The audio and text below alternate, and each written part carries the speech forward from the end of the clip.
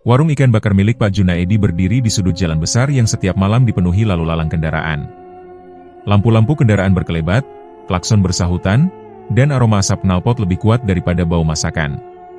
Di tengah hiruk-pikuk itu, warung kecil dengan papan kayu usang bertuliskan, "Ikan bakar Pak Jun," berdiri pasrah, sepi hampir setiap malam. Hanya sesekali ada ojek online yang berhenti sebentar, tapi itu pun jarang memesan. Kebanyakan hanya bertanya arah atau meneduh sebentar jika hujan turun. Junaedi membersihkan meja-meja kayu yang mulai kusam sambil menghela napas panjang. Sudah 3 hari penuh warungnya tak mendapatkan pelanggan lebih dari 2 orang. Di kotak penyimpanan uang, hanya ada beberapa lembar ribuan yang kusut. Ia memandanginya lama, seolah berharap uang itu tiba-tiba berlipat ganda dengan sendirinya. Tentu saja tidak terjadi. "Mas, tabung gas kita tinggal setengah," suara Lintang, istrinya, memecahkan keheningan. Ia berdiri dengan apron lusuh, rambut disanggul seadanya, wajahnya letih tapi tetap lembut. "Besok kita harus beli kalau mau buka lagi." Junaedi hanya mengangguk, tak sanggup menjawab. Tabung gas saja sudah membuat kepalanya pening, sementara tagihan listrik menumpuk dan surat peringatan dari PLN sudah 2 kali datang. Ia tahu sekali kalau bulan ini mereka tidak mampu membayar penuh, listrik bisa dicabut sewaktu-waktu. Lintang memperhatikan suaminya dengan tatapan yang campur aduk, kasihan, marah, dan juga sedih. "Mas sudah makan? Dari tadi belum duduk dari sore." "Enggak usah mikirin aku. Yang penting kamu sama kalau makan dulu," balas Junaedi pelan. "Kami sudah makan," jawab Lintang. "Kamu jangan terlalu keras sama diri sendiri." Junaedi tak menjawab. Ia hanya menghembuskan napas berat sambil mengunci warung lebih awal, lagi. Sudah 2 minggu ia menutup sebelum jam 10 malam, bukan karena ingin, tapi karena tidak ada yang perlu ditunggu lagi. Kala, anak sematawayang mereka yang berusia 8 tahun, berlari kecil menghampiri sambil memanggul tas sekolah yang warnanya sudah pudar. "Ayah, aku bantu angkut kursi ya," katanya ceria. Senyumnya polos, kedua matanya bulat penuh harapan, seolah tak tahu betapa kusutnya hidup kedua orang tuanya. "Enggak usah, nak. Sudah malam," ujar Junaedi sambil membelai kepala anaknya. "Tapi aku ingin bantu."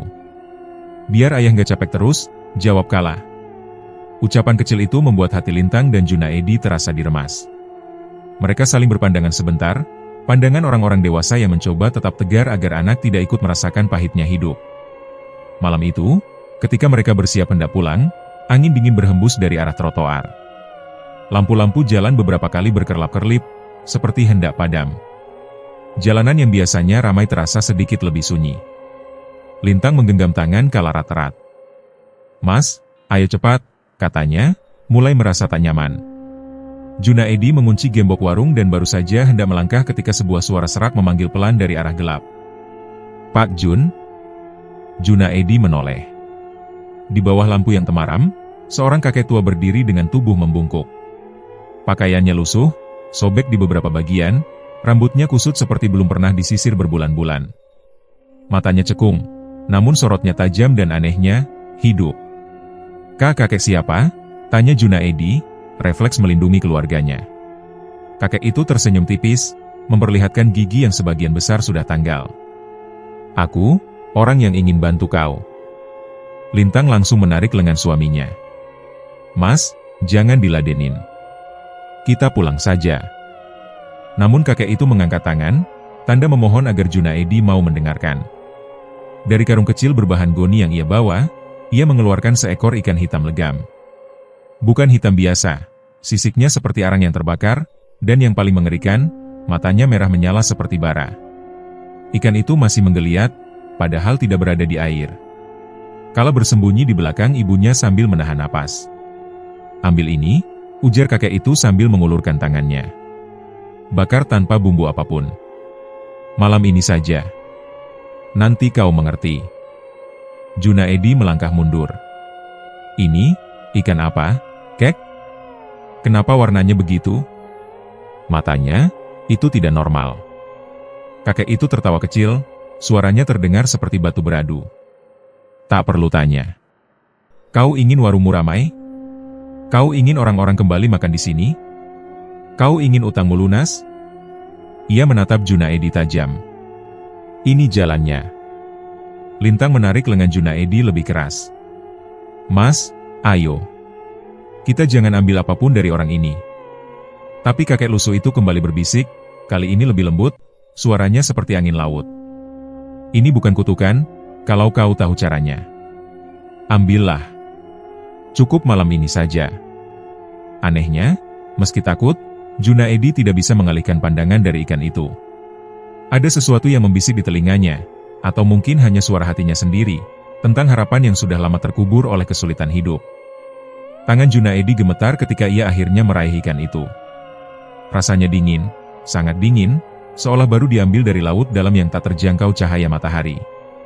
Lintang memekik pelan. "Mas! Jangan!" Namun Junaedi hanya menelan ludah dan menutup karung itu kembali. Tatapannya penuh kebingungan dan ketakutan, tetapi juga secercah harapan yang tak bisa ia tolak.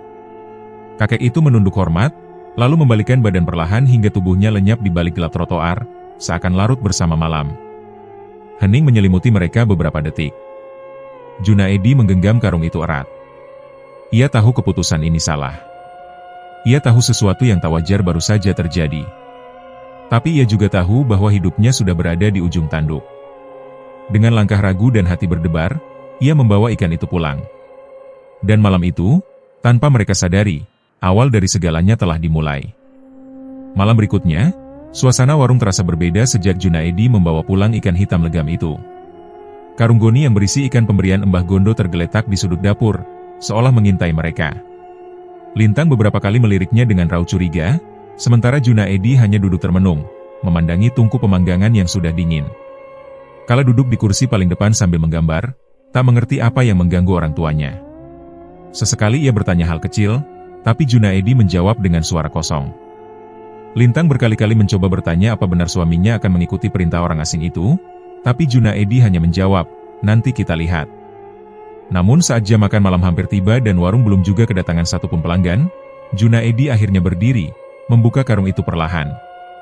Aroma amis tajam menyembur, namun bukan seperti ikan biasa. Bau itu lebih suram, seperti lembabnya lorong bawah tanah. Ikan itu masih utuh, sisiknya hitam seperti jelaga, matanya merah menyala meski tidak dikasih cahaya apapun. Lintang menelan ludah. "Mas, jangan diteruskan. Ikan itu tidak normal." Junaedi menatap istrinya. Ada ketakutan di wajahnya, tapi juga dorongan kuat untuk mencoba. "Cuma satu kali. Kalau tidak ada perubahan, kita buang." Aku cuma ingin warung ini bertahan, Tin." Lintang ingin membantah, tapi melihat tatapan lelah dan putus asa suaminya, ia memilih diam. Pada akhirnya, hidup mereka memang sudah terlalu mepet dengan jurang. Dengan langkah berat, Junaedi mengangkat ikan itu dan meletakkannya di atas tungku yang sudah ia panaskan. Begitu ikan itu menyentuh permukaan panas, suara letupan kecil terdengar, bukan letupan biasa, tetapi seperti bisikan atau dengusan makhluk. Junaedi menggenggam spatula dengan hati-hati. Kemudian aroma keluar. Bukan aroma gosong atau asin seperti ikan bakar pada umumnya. Bau itu memikat, lembut, tetapi memiliki nuansa aneh yang membuat bulu kuduk berdiri. Seperti perpaduan antara aroma laut segar dan wangi tanah basah setelah hujan. Menyenangkan, namun ada getaran menakutkan di baliknya. Kala berhenti menggambar dan menoleh. "Ayah, baunya aneh." Lintang memegang dadanya, merasa gelisah tanpa tahu kenapa. "Mas, padamkan saja. Kita jual ikan lain saja. Ini tidak benar." Namun Junaedi tidak mendengarkan karena sesuatu yang tak wajar mulai terjadi. Dalam hitungan menit, suara sandal menyeret di trotoar terdengar. Seseorang berhenti di depan warung, mengendus pelan. "Pak, ini warung ikan bakar? Baunya dari sini ya? Kok enak banget?" Junaedi tergagap. "Iya, silakan." Tak lama, 2 orang ojek online ikut datang. Lalu seorang pejalan kaki. Lalu seorang supir taksi yang memutar balik hanya karena mencium wangi itu. Mereka mengaku tidak tahu kenapa kaki mereka menuntun ke sini. Rasanya seperti dipanggil baunya. "Pak," kata salah satu pelanggan. "Padahal saya kenyang." Dalam 1 jam, warung yang biasanya kosong berubah ramai. Kursi penuh, bahkan ada yang rela berdiri. Semua ingin memesan ikan bakar, dan hanya ikan bakar. Junaedi dan Lintang kewalahan. Kala membantu mengantarkan piring-piring kecil sambil tersenyum, meski ia terus melirik tungku yang membara. Lintang, meski sibuk, merasa gelisah setiap kali melihat ikan hitam itu bergerak halus di atas bara, seolah masih hidup. Seringkali sisiknya berkedut, siripnya bergetar, bahkan ekornya berdenyut perlahan. Ia ingin berhenti, tapi pelanggan sudah terlalu banyak. Ketika malam semakin larut, uang mulai memenuhi kotak kas. Lebih banyak daripada yang pernah mereka dapatkan dalam sebulan terakhir.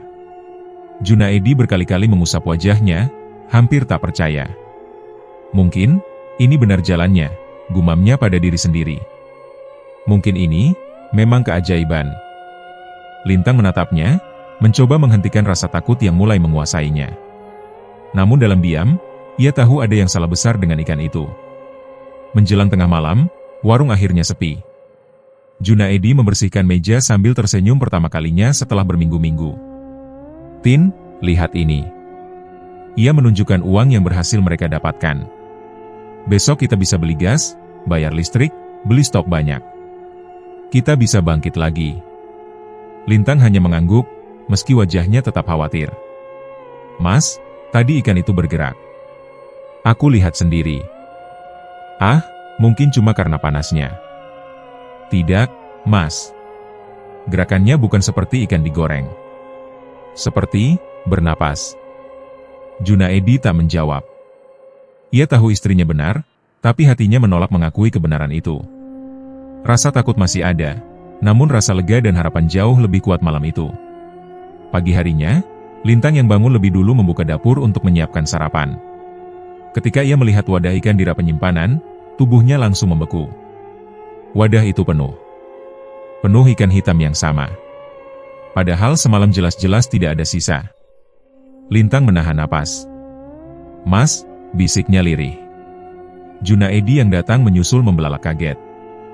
Ia memegang wadah itu, dan ikan-ikan di dalamnya bergerak halus, seolah tahu mereka sedang diperhatikan. Lintang mundur beberapa langkah. "Mas, apa yang sudah kamu bawa ke rumah kita?" Junaedi menggeleng, menolak panik. "Jangan berlebihan. Mungkin ada yang ngantar. Atau mungkin aku salah lihat semalam." Namun ada suaranya goyah, menunjukkan ia sendiri tidak percaya. Sore itu, Kala tiba-tiba berlari dari dapur sambil menangis. "Ayah, di tungku ada mata merah.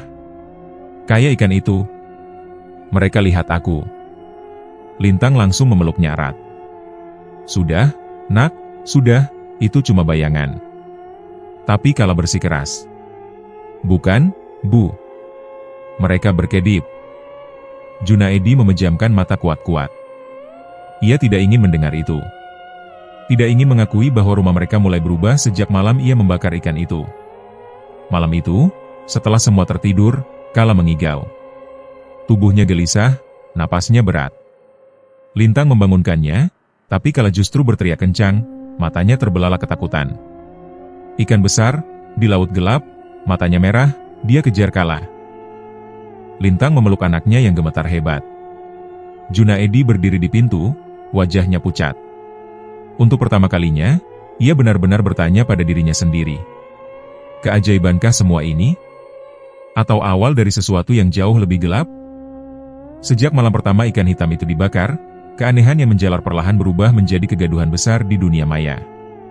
Dalam waktu 2 hari saja, seorang food vlogger ternama bernama Adit Kuliner memposting video tentang ikan bakar tanpa bumbu yang aromanya bikin ketagihan. Video itu meledak, jutaan penonton dalam semalam. Orang-orang berkomentar bahwa aromanya saja sudah membuat mereka tergoda hanya dengan menonton. Ada yang bilang merasa seperti sedang di tepi laut, tapi lautnya gelap dan dalam. Komentar-komentar aneh itu justru membuat video semakin viral. 3 hari kemudian, warung Junaedi tidak pernah lagi sepi. Barisan panjang terbentuk setiap malam, bahkan sebelum warung dibuka. Mobil, motor, pejalan kaki, semua datang seolah ada magnet kuat yang menahan mereka untuk pergi sebelum mencicipi ikan hitam itu. Anak-anak muda datang sambil merekam konten. 2 food vlogger lain muncul, membawa kamera profesional. Mereka menyorot tungku dengan antusias, tak menyadari sirip-sirip ikan yang sesekali berkedut, hidup meski sedang dimasak. Lintang terus memaksakan senyum pada pelanggan meski hatinya tak tenang. "Mas, Kita harus berhenti, bisiknya suatu malam saat warung begitu padat hingga orang harus menunggu di luar. Tapi Junaedi hanya melambaikan tangan, sibuk mengipasi ikan. Jangan ngomong yang aneh-aneh, Tin. Rezeki ini nggak datang 2 kali. Kita harus manfaatkan, jawabnya. Mata Junaedi berkilat, sebuah kilatan yang dulu tidak pernah ada. Ketika seorang pelanggan mencoba bertanya rahasia bumbu, Junaedi tertawa kecil sambil mengibas ikan. Enggak ada bumbu, Mas. Alam yang kasih rasa. Lintang menelan ludah. Kata-kata itu membuat tubuhnya merinding. Namun kemakmuran cepat itu datang bersama bayang-bayang kelam. Pelanggan mulai bercerita tentang mimpi yang sama. Seorang ibu muda mendekati Lintang setelah selesai makan, wajahnya pucat. Bu, saya boleh tanya? Sejak makan di sini 2 malam lalu, saya selalu mimpi buruk. Saya seperti berada di laut gelap. Ada ombak besar, tapi baunya aneh, Bu. Mirip bau ikan bakar ini. Ada sesuatu di bawah air yang besar sekali, matanya merah, menyala. Lintang hampir menjatuhkan piring yang ia pegang. Laut, mata merah, gumamnya, merinding. Ibu itu mengangguk takut. Saya pikir cuma saya, tapi tadi saya lihat komentar di video TikTok. Belasan orang mimpi sama. Ada apa sih di ikan ini? Lintang ingin menjawab, ingin berteriak agar orang-orang berhenti makan, tapi suara Junaedi memotong pikiran itu. Bu, kalau mau makan lagi tinggal bilang ya, katanya ramah, tetapi matanya penuh kewaspadaan. Lintang menatap suaminya, dan baru menyadari betapa jauh ia berubah. Junaedi kini cepat marah, sering membentak kalahannya karena hal kecil. Ia sulit tidur, matanya terus bergerak seakan mengikuti sesuatu di udara. Bahkan ia sering keluar malam, mengaku harus mengambil stok ikan. Lintang tahu ia berbohong. Tidak mungkin stok sebanyak itu diambil tengah malam. Tapi setiap kali ia bertanya, Junaedi menjawab pendek, ini semua demi warung. Demi kamu dan Kala. Suatu malam, ketika warung dipadati pengunjung, sebuah kejadian membuat semua orang terpaku. Seorang lelaki parubaya tiba-tiba terdiam saat sedang makan. Sendoknya jatuh, tubuhnya kaku. Matanya membelalak ke arah tungku pemanggangan, seperti melihat sesuatu yang tak terlihat oleh orang lain. Lalu dari mulutnya keluar suara berat dan serak, bukan suaranya sendiri. Makanan ini, milik mereka. Warung hening seketika. Laki-laki itu memarah, tubuhnya tersentak seperti ditarik dari dalam. Tangannya mencakar meja, napasnya memburu. Semua pelanggan panik, ada yang berteriak, ada yang kabur meninggalkan makanan. Kala menangis ketakutan, memeluk pinggang ibunya. Lintang mendekat, berusaha membantu, tapi laki-laki itu tiba-tiba menoleh ke arahnya, mata melebar seperti sedang melihat makhluk lain. Mereka menunggu di bawah. Lalu tubuhnya limbung dan pingsan, membuat gelas-gelas pecah berantakan. Keheningan kembali menguasai warung. Junaedi buru-buru mengusir orang-orang. Sudah. Bapak ini mungkin kecapean. Jangan bikin ribut. Namun bisik-bisik pelanggan tidak bisa dihentikan lagi. Tentang mimpi. Tentang bau laut gelap. Tentang mata merah.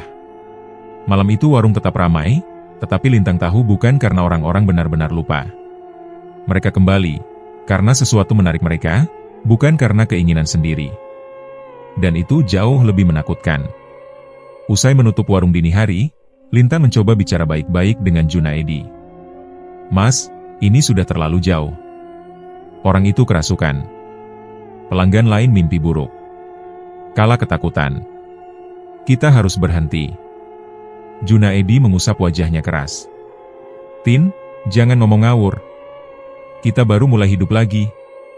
Kamu mau balik ke masa kita nggak punya apa-apa? Aku nggak peduli soal uang. Aku peduli kamu. Aku peduli Kala. Tapi Junaedi memalingkan wajah. Rezeki itu jangan ditolak, Tin. Ini semua dari alam. Kita cuma memanfaatkan. Lintang tahu itu bukan Junaedi yang ia kenal. Ucapan itu seperti suara orang lain keluar dari mulut suaminya. Malam itu, Kala kembali mengalami sesuatu yang tak dapat dijelaskan. Lintang tertidur di sampingnya, kelelahan, sementara Junaedi masih berkutat di dapur. Mendekati pukul 3 pagi, Lintang terbangun karena mendengar suara air menetes. Plik, plik, plik. Ia meraba ranjang dan terperanjat. Kasur basah. Kala duduk di ujung tempat tidur, tubuh bermandikan air, pakaian dan rambutnya kuyup seolah baru diangkat dari laut. Bibirnya biru, napasnya tersengal. Kala, astaga, Kala. Lintang langsung memeluknya. Kala menggigil hebat. Bu, di mimpiku, aku jatuh ke laut besar, gelap banget, ikan matanya merah itu narik kaki Kala. Lintang memekik pelan. Ya Tuhan. Tetesan air terus menetes dari ujung rambut Kala, membasahi lantai. Padahal kamar mereka kering, tidak ada kebocoran, tidak ada air tumpah. Dan ketika Junaedi masuk kamar karena mendengar keributan, Lintang menatapnya dengan ngeri, karena di mata suaminya, ia melihat sesuatu yang sangat ia kenal namun sangat ia takuti. Keengganan untuk peduli. Mas, bisiknya dengan suara gemetar, keluarga kita, sudah mulai dijemput sesuatu. Lintang baru saja selesai membereskan warung ketika kegelisahan itu kembali datang, menghantam dadanya dengan gelombang yang lebih berat dari sebelumnya. Sejak beberapa minggu terakhir, Junaedi bukan lagi suami yang ia kenal. Ada perubahan yang terlalu kentara.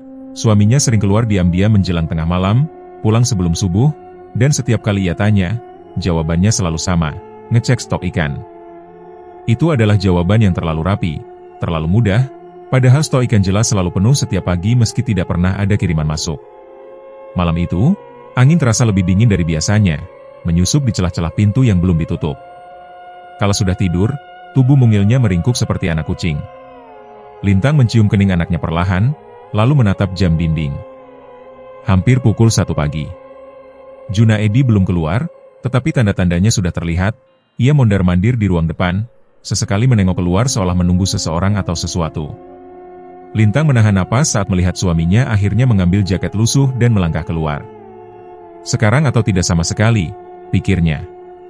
Ia mengambil kerudung tipis, memastikan langkahnya tidak terdengar. Ia tidak ingin membawa ponsel, takut bunyinya mengkhianati dirinya. Ia hanya mengikuti dari jauh, menempel pada bayangan bangunan dan pepohonan, seperti pencuri yang memata-matai orang terdekatnya sendiri. Junaedi berjalan cepat, menyeberangi jalan-jalan kecil, lalu menuju arah utara, ke wilayah yang jarang ia datangi. Lintang merasakan telapak tangannya berkeringat. Semakin jauh mereka berjalan, semakin sepi lingkungan. Ketika papan tua bertuliskan PLABUHAN Timur ditutup muncul di kejauhan, jantung Lintang langsung berdebar. Pelabuhan itu sudah tutup belasan tahun lalu setelah kecelakaan kapal tragis yang merenggut banyak korban. Sejak itu, tempat tersebut dianggap angker. Orang sering mendengar suara seperti teriakan dari bawah dermaga, meski tak ada siapapun di sana. Junaedi menuruni tangga beton yang lembab. Lintang mengikuti dari balik tiang tua yang hampir roboh. Dari kejauhan, ia melihat sosok lain menunggu di ujung dermaga. Tubuh kurus bongkok, rambut kusut putih, dan tongkat kayu yang dipenuhi ukiran aneh. Lintang menahan napas. Mbah Gondo. Kakek misterius itu yang memberikan ikan hitam pertama kepada Junaedi. Cepat, suara Mbah Gondo terdengar serak, seperti suara kerikil yang digesekkan pada seng. Air sudah mulai buka jalan. Junaedi menurut. Ia menurunkan sebuah keranjang besar yang diikat tali, lalu mendekati tepi dermaga. Lintang mengintip dari balik tiang dengan tubuh gemetar. Mbah Gondo menengadahkan kedua tangannya ke laut, ke arah kegelapan pekat yang seperti sedang mengendap-endap mendekati mereka. Ada yang meminta, gumam Mbah Gondo. Ada yang lapar malam ini. Tiba-tiba permukaan laut beriak. Tidak seperti riak biasa. Ini, menyerupai tarikan dari bawah. Air seolah terbelah, dan dari celah itu muncul gelembung besar sebesar bola basket. Lintang membekap mulutnya. Turunkan. Perintah itu membuat Junaedi mendorong keranjang ke laut. Tali yang dipegangnya berkedut, tersentak keras, seolah ada puluhan tangan bawah laut yang menariknya. Kemudian, setelah beberapa detik hening, Mbah Gondo berkata, tarik sekarang. Junaedi menarik tali itu dengan tenaga penuh. Saat keranjang naik ke permukaan, Lintang nyaris berteriak. Keranjang itu penuh dengan ikan hitam bermata merah. Semuanya hidup, semuanya menggelepar tanpa air, seolah mereka bernapas bukan dengan insang tetapi dengan sesuatu yang tak seharusnya dimiliki ikan. Tubuh mereka berlendir, tetapi bukan lendir biasa. Warnanya mengilap biru kehijauan seperti minyak yang menyala di cahaya bulan. "Ini, banyak sekali," kata Junaedi dengan suara bergetar. "Semakin banyak rezekimu, semakin dekat pula waktu bayarannya," jawab Mbah Gondo tenang. "Mereka tak pernah memberi tanpa meminta." Lintang merasakan lututnya melemas. Ia hampir mundur ketika sekelebat bayangan ikan itu menatap ke arah tempat ia bersembunyi. Rasanya seperti tatapan seorang manusia, dingin, menghitung, lapar. Junaedi dan Mbah Gondo mengangkat keranjang. Lintang memutuskan harus pergi sebelum ketahuan. Ia berbalik, tetapi sebuah suara kecil klek terdengar ketika kakinya menginjak kayu rapuh. Junaedi menoleh cepat. "Siapa itu?" Lintang menahan napas, lalu berlari. Ia tidak peduli apakah mereka mendengar langkahnya atau tidak. Yang penting ia pulang, ia harus pulang, ia harus menyelamatkan Kala. Sesampainya di rumah, pintu langsung ditutup rapat. Napasnya pendek-pendek, tubuhnya gemetar tak karuan.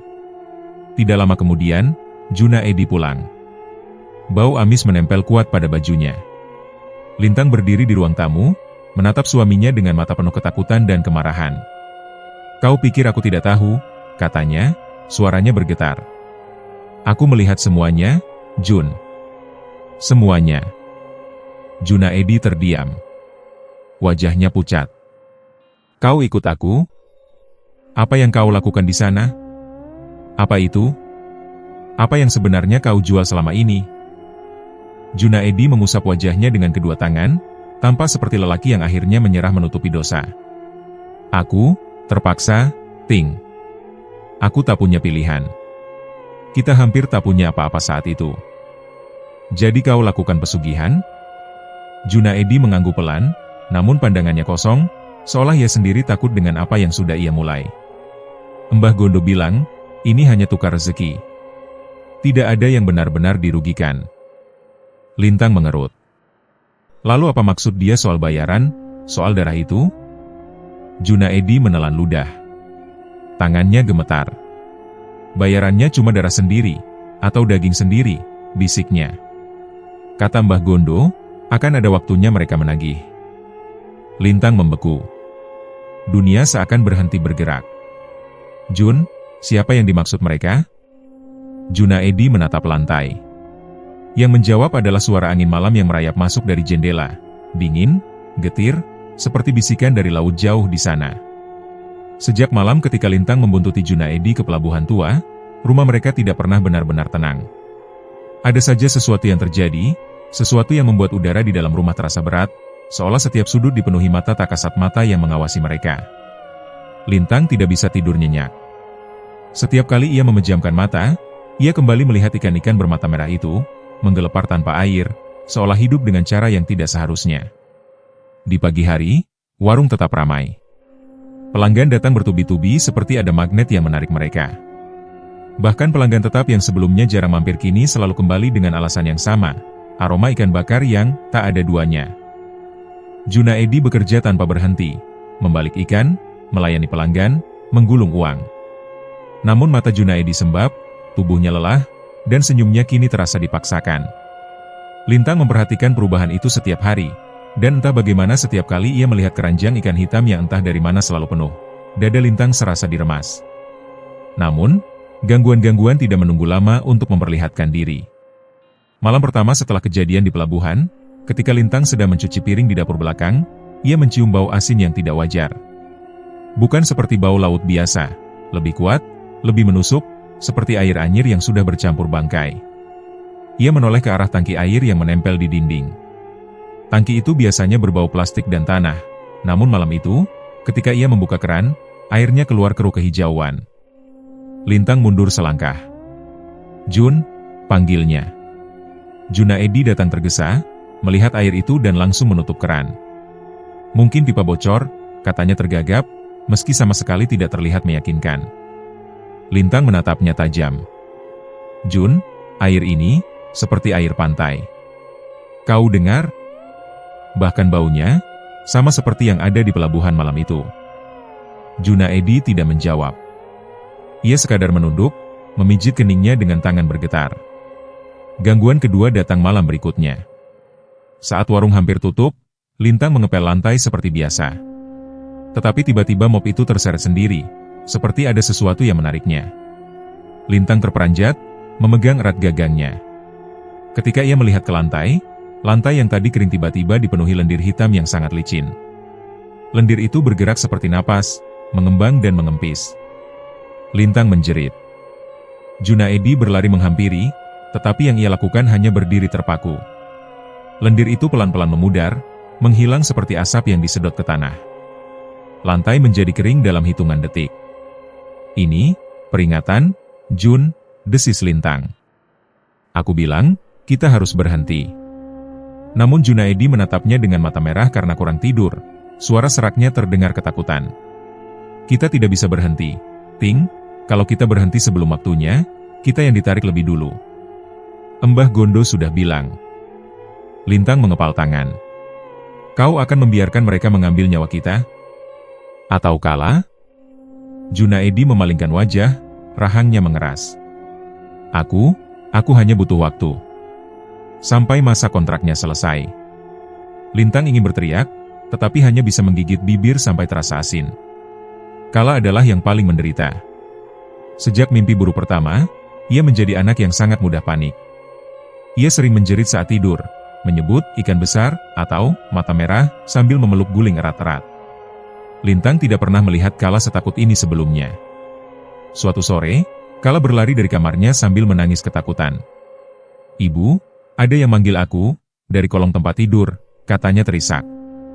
Suaranya seperti anak kecil, Bu, tapi matanya merah. Lintang langsung memeluknya. Tidak apa-apa, Nak. Ibu di sini. Namun Lintang sendiri merinding. Dalam beberapa kesempatan, ia juga mendengar suara tawa kecil, tawa anak-anak, dari bawah warung, dari lorong sempit gelap tempat fondasi kayu menempel pada tanah. Tidak mungkin ada anak di sana. Tidak mungkin suara itu milik manusia. Kala semakin kurus, lingkar matanya menghitam. Dan setiap kali ia menatap ke sudut ruangan, matanya seolah melihat sesuatu. Bu, bisiknya suatu malam. Mereka makin dekat.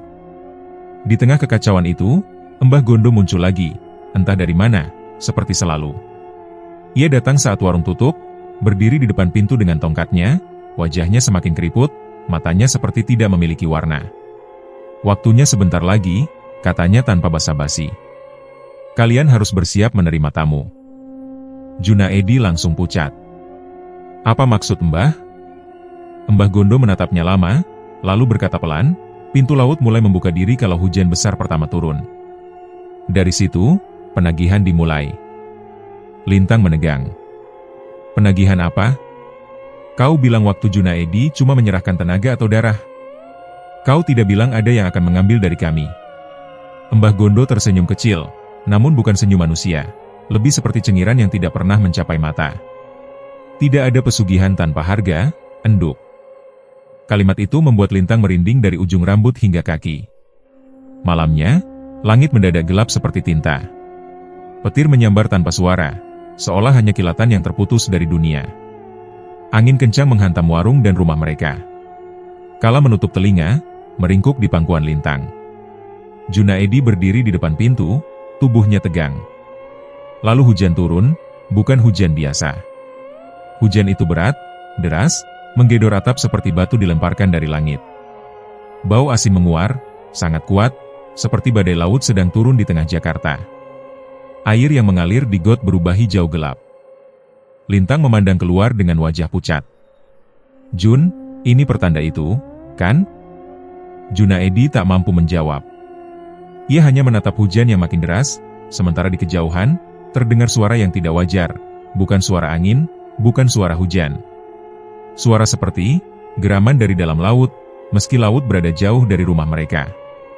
Hujan badai malam itu bukan sekadar cuaca buruk, ia datang seperti sesuatu yang dikirim khusus ke rumah kecil keluarga Junaedi.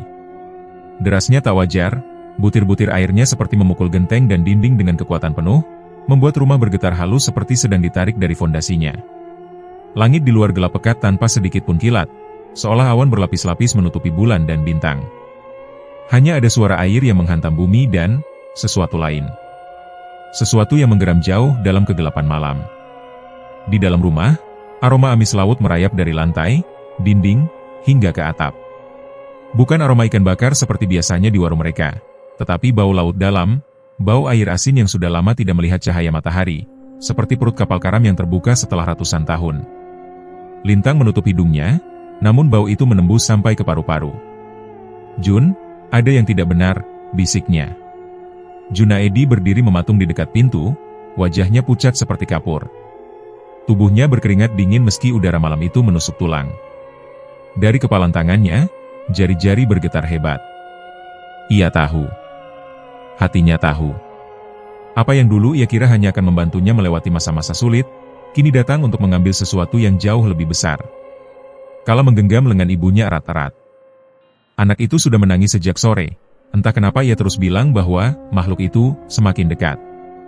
Lintang mengusap punggung anaknya, mencoba tenang, namun ia pun tahu malam ini bukan malam biasa. Hujan semakin menjadi-jadi. Tiba-tiba, lampu rumah padam. Gubrak. Piring-piring di dapur berjatuhan satu persatu, seolah ada tangan tak terlihat yang sengaja menyentuhnya. Lalu, lantai mulai basah. Bukan oleh air hujan dari genteng bocor, lantai itu basah oleh air asin yang muncul entah dari mana, menggenang cepat, mengalir mengikuti arah yang sama, menuju pintu depan. Suara gemuruh terdengar, namun bukan dari hujan. Lebih dalam, lebih berat, seperti ada sesuatu besar yang bergerak menembus bumi. Kala menutup telinganya sambil menangis. "Ibu, ibu, itu suaranya." Yang dimimpi Kala. Lintang memeluknya erat, hampir terlalu kuat. "Tidak apa-apa, Nak. Ibu di sini. Tidak ada yang bisa ambil kamu." Tetapi bahkan suara Lintang terdengar rapuh. Pintu rumah bergetar keras. Junaedi melangkah mundur, punggungnya menempel ke dinding. Duk, duk, duk. Ketukan itu tidak seperti ketukan manusia. Lebih seperti sesuatu yang besar menempelkan tubuhnya di balik pintu. Lalu, pintu itu terbuka perlahan. Tidak ada tangan yang menyentuhnya. Tidak ada angin yang mendorongnya. Pintu rumah itu membuka sendiri, sempurna, memberikan jalan seakan menyambut tamu kehormatan dari dunia lain. Air asin tiba-tiba mengalir deras masuk rumah. Dari luar, kegelapan tampak bergulung-gulung seperti kabut hidup, dan di antara gulungan itu, muncul bayangan besar. Sangat besar. Lintang tercekik napas saat melihatnya muncul sepenuhnya dari kegelapan. Makhluk itu berdiri tegak, meski atap rumah hampir tidak cukup untuk menampung kepalanya. Tubuhnya panjang seperti gabungan manusia dan ikan, dengan sisik hitam berkilau samar oleh cahaya petir dari kejauhan. Tangannya, atau sesuatu yang menyerupai tangan, memanjang seperti sirip, basah, dan meneteskan air gelap yang terus mengalir seperti darah hitam. Dan matanya persis seperti ikan-ikan yang Junaedi panggang selama ini, merah menyala, hidup, seperti dua bara neraka yang menatap lurus ke arah Kala. Lintang menjerit. Junaedi menegang, seluruh otot tubuhnya seakan dikunci oleh kekuatan tak kasat mata. Ia ingin berlari, ingin merenggut Kala dari pelukan Lintang dan kabur keluar rumah, tetapi kakinya tak mau bergerak. Makhluk itu melangkah masuk. Setiap langkahnya menimbulkan suara blurperp seperti sesuatu yang sangat basah dan sangat berat merayap ke daratan. Rumah mereka terasa semakin sempit, udara semakin dingin. Kala mulai ditarik. Tidak ada tangan yang terlihat menyeretnya, tidak ada tali, tidak ada sentuhan. Tetapi kaki kecil itu bergerak sendiri, menyeret di lantai basah, seolah ada kekuatan besar yang mencengkeramnya dari bawah. Lintang memeluk Kala sekuat tenaga. "Tidak. Tidak. Jangan ambil anakku." Namun pelukan itu seakan tidak memiliki arti. Tubuh Kala terangkat sedikit demi sedikit, seperti ada tangan samar yang menjamah perut kecilnya dan menariknya menjauh dari ibunya. Kala menjerit sekencang mungkin. "Ayah! Ayah, tolong! Ayah!"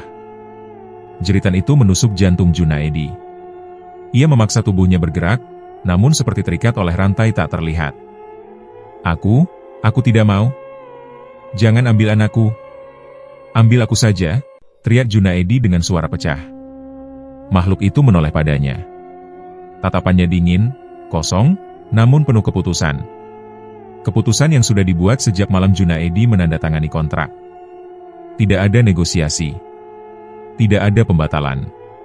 Kala terus ditarik menuju kegelapan yang tiba-tiba terbuka lebar di ruang tamu, seperti pusaran air laut yang muncul dari lantai, gelap pekat, tak berujung. Air asin memercik ke seluruh ruangan. Aroma lautan semakin kuat, memabukkan. Lintang mencoba memegang kaki Kala, tetapi jari-jarinya terpental oleh kekuatan tak terlihat. Tidak. Kau tidak boleh ambil dia. Dia masih kecil. Makhluk itu mengeluarkan suara berat, sebuah gumaman yang terdengar seperti bahasa kuno yang tidak dimengerti manusia. Air di lantai bergejolak, kegelapan semakin luas.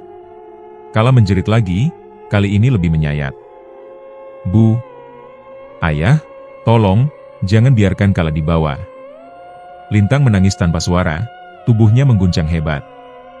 Junaedi meraung, mencoba memecah sesuatu yang tidak terlihat yang mengekangnya. Namun semua itu sia-sia. Tubuh kecil Kala akhirnya sepenuhnya terseret ke pusaran hitam itu. Suaranya memanjang, mengecil, lalu hilang.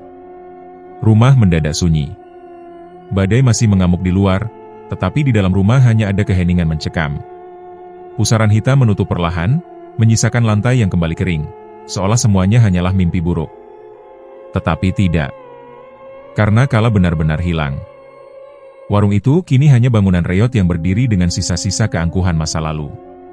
Dulu, lampu-lampunya menyala terang, asap masakan mengepul, suara pelanggan riuh saling bersahutan, dan aroma kuah ikan buatan Junaedi membuat orang rela antre panjang.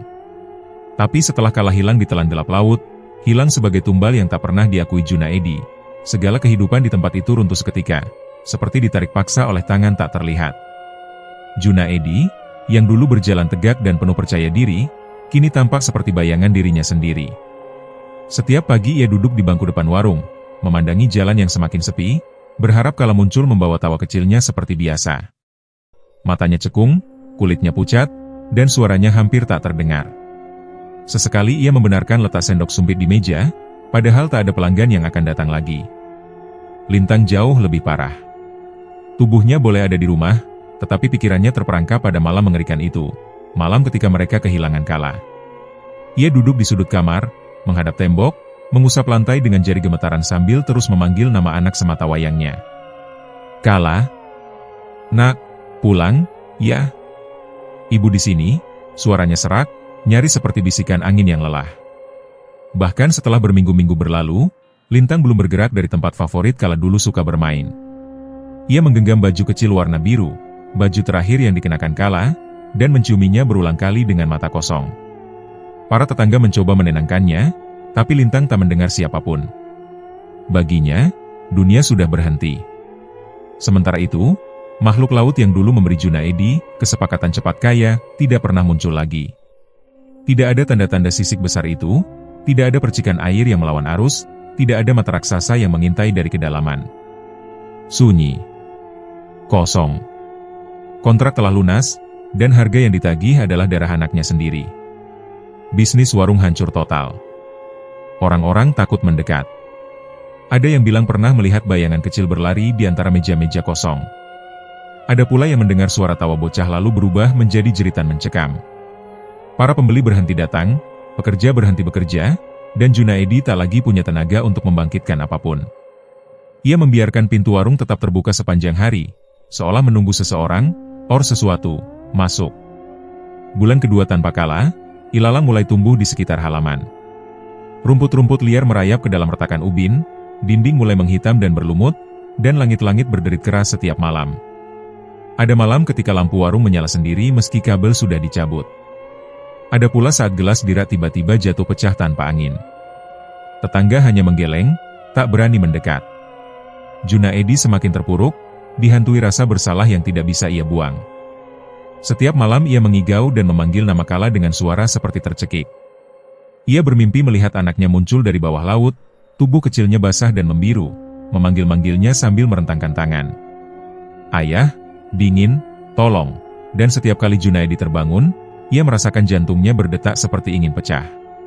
Pada malam yang paling sunyi, Junaedi berjalan ke warung dengan langkah goyah, membawa lampu minyak. Ia duduk di kursi tempat Kala biasa makan bakso ikan favoritnya. Di depan bangku kecil itu, ia menyodorkan sepiring makanan seolah anaknya masih bisa datang. Ayah salah. Ayah bodoh. "Maafkan ayah," bisiknya. Suaranya pecah, tubuhnya bergetar, dan air mata jatuh tak henti-henti. Keesokan paginya, warga dikejutkan oleh jeritan keras dari seseorang yang hendak mengambil air di sumur dekat warung. Mereka menemukan Junaedi tergeletak di lantai warung. Tubuhnya membeku kaku dan matanya terbuka lebar seperti melihat sesuatu yang sangat menakutkan sebelum napasnya putus. Tidak ada luka, tidak ada tanda kekerasan. Tapi wajah itu seperti membeku dalam teror yang tak bisa dijelaskan. Mulutnya sedikit terbuka, seolah ingin berteriak namun gagal. Setelah kematian Junaedi, warga sepakat memanggil petugas desa untuk menutup warung itu selamanya. Pintu dikunci, jendela dipasang papan, dan area sekitarnya diberi tanda larangan. Tapi meski bangunannya terkunci rapat, gangguan aneh tidak berhenti. Lintang tidak pernah pulih. Ia dirawat oleh keluarganya, tapi setiap hari ia memandang satu titik kosong sambil bergumam, "Kalau ada di sana, aku dengar dia memanggil." Terkadang ia tiba-tiba menangis tanpa suara, hanya air mata yang mengalir deras. Baginya, waktu berhenti pada detik kala diambil, dan detik itu terus berulang tanpa akhir. Warung itu perlahan menjadi legenda kelam di kampung tersebut. Tak ada satupun yang berani lewat setelah maghrib. Anak-anak dilarang bermain dekat sana. Orang-orang bercerita bahwa setiap tengah malam, tepat pukul 12, terdengar suara seorang bocah menangis dari dalam warung yang terkunci rapat itu. Tangisnya lirih, sendu, dan sangat menyayat, seperti seseorang yang menunggu bantuan yang tak pernah datang. Kadang suara itu berubah menjadi panggilan lembut. Kadang menjadi ratapan. Kadang menjadi tawa kecil yang terdengar sangat salah, seperti tawa yang dipelintir dari rasa sakit. Suatu malam, seorang penjaga ronda memberanikan diri mendekat setelah mendengar suara memanggil samar. Ketika ia menempelkan telinga di pintu kayu yang lapuk itu, bulu kuduknya langsung berdiri. Dari balik pintu, terdengar suara kecil, basah, seperti berasal dari tenggorokan yang penuh air.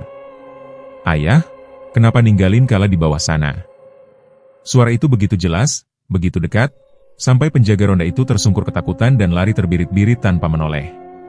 Sejak malam itu, warga sepakat menjaga jarak. Warung tersebut kini menjadi tempat terlarang, tempat di mana dosa, penyesalan, dan harga dari keserakahan berkumpul menjadi satu. Sebuah pengingat abadi bahwa kesuksesan instan tidak pernah datang tanpa menuntut sesuatu sebagai gantinya.